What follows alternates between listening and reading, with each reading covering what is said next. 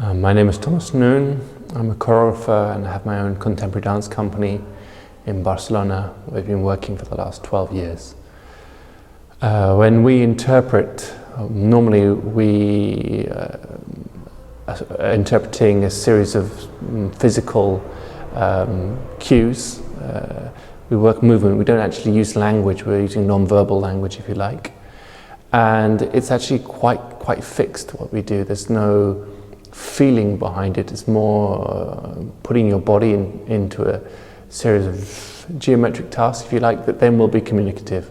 So as a dancer, we're not necessarily thinking about how we mentally interpret something, but that's how we physically do so.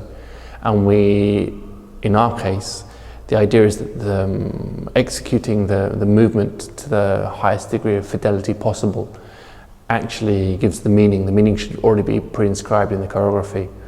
And how in that sort of like mythical idea, or that sort of more romantic idea of us interpreting and becoming the character, in our case, is not so much true. Although we're doing children's work now, and there for the first time we begin to have a bit more sort of character interpretation, because the whole thing is more narrative. So in narrative work, but there are characters and you have to like interpret and be the little girl, be the grandfather, be the monster. Though, like I said, when we tend to do the adult work, we leave that more behind. So it's more of a physical interpretation of a code set down by the choreographer, or by work we do together, dancers and the choreographer. So we work with the body as our tool to interpret. That means that the body has to be very highly trained, so that you can do with it what you want to do with it, because the language is much richer when more control and more versatile is the body. Or more control you have of your body and more versatile it is as a tool.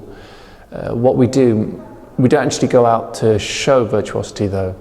The language isn't about being as brilliant as you can. It's actually just being true to something very physical, quite extreme, because that's important to the show in the whole. So we do we have to train our bodies. I mean, every day you have to be here doing class. We actually do ballet classes, even though that's not the language we use later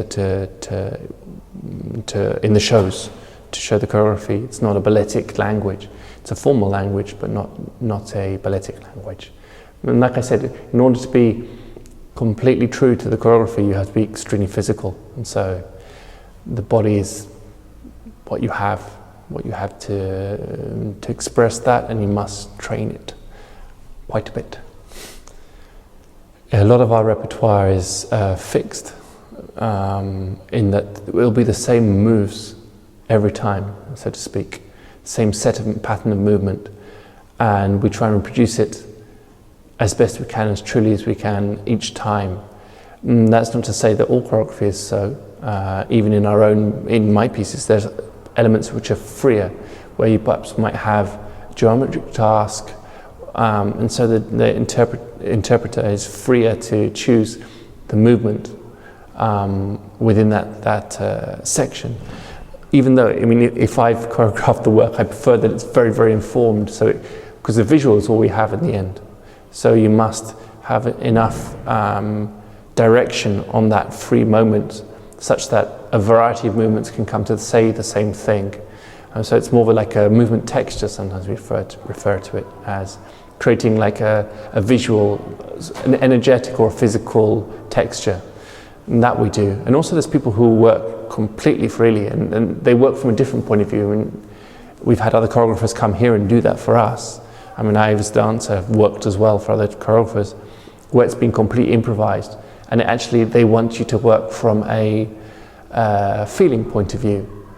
Then that opens up a whole new debate as to what we're doing. If we're trying to show our feelings, or we're trying to show something physical, because it's very curious. The thing for me is at the end of the day, all that happens is people watch us do what we do. So the visual is all you have. And you can be feeling something and portraying something else, or you can be feeling something and truly portraying it. I mean, that's when it all gets a bit more vague, and some people are better than others, no? But it's a very wide field then, if you get into this, what is it? How well are they interpreting? Do we really care what the interpreter is feeling when we watch them, or do we want to see what we want to see? In our case, the music is very, very important for however much we want to speak as choreographers about the importance of the dance, the movement. Unfortunately, the music is also very, very important and will control and condition what people watching the show will feel. I've seen great movement killed dead by bad sound, and probably likewise as well. Inversely, actually, I think I've seen shows with great music that saved the show, because it's something that we unconsciously, unconsciously see while we're doing. It's another language that's coming in. Of course, music for dance is different. It's not like you're just sitting there listening to your headphones and you're seeing something. We modulate it. Of course, there's a very intimate relation between the two. And also, then when you have live music, someone interpreting live music is another deal. And also, because we can see that people making it live is another dimension that we add. I mean, they could be doing play. No, they can't. But you can see when someone's actually making the music. It's another sort of another dimension, another element. But I always say that music's a lot more important than choreographers really want to admit. In my case of choreographer as a dancer, it simply came down to executing the physical task as truly as possible, almost without putting myself on top of it, just being the movement, the body moving in the space. I always said the meat moving in the space was what I was trying to do, because there's nothing more than that. You just be it. You can't. I don't like interpreting in the old-fashioned sense. My interpretation was just being the movement.